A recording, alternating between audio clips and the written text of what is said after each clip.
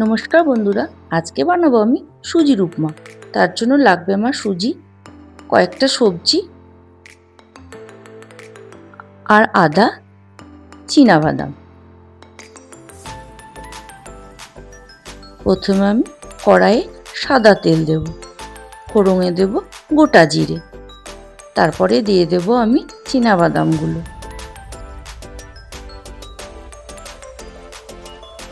বাদামটি ভাজা হয়ে গেলে আমি এক এক করে সবজিগুলো দিতে থাকব। আলু, ফুলকপি, গাজর, বিনস,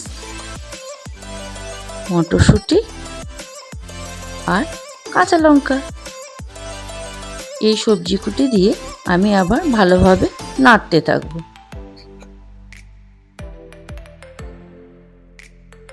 ভালোভাবে নাড়া হয়ে গেলে একটি সেন্টও আসে।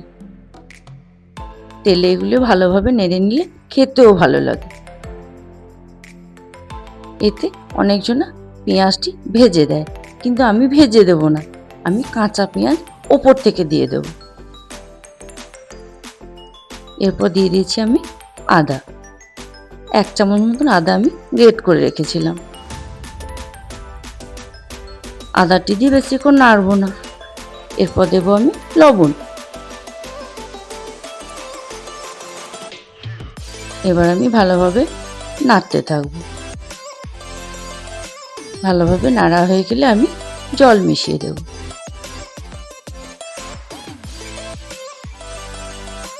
তারপরে দেব আমি কুচনো পেঁয়াজগুলো, আর দেব 1 প্যাকেট মতো ম্যাগি মশলা। ম্যাগি মশলাটা দিলে সেন্ট হয়। তারপরে আমি ঢাকা দিয়ে দেবো। 2 থেকে 3 মিনিট মতো ঢাকা দিয়ে রাখবো। সবজিগুলো সব ফুটে এসেছে। এরপর আমি ভালো করে নেড়ে সুজিটি দিয়ে দেব।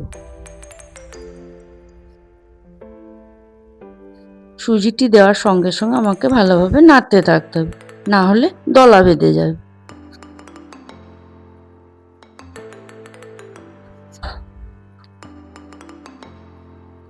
ভালোভাবে নাড়বো, নাড়তে নাড়তে জলটিও শুকিয়ে যাবে আর আমার উপমাটা রেডি হয়ে যাবে।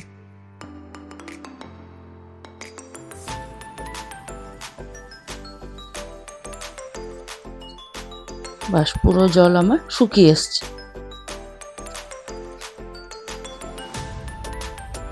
এরপর আমি তুলে নেব। বন্ধুরা দেখো আমার উপমাটি কেমন হয়েছে। টাটা।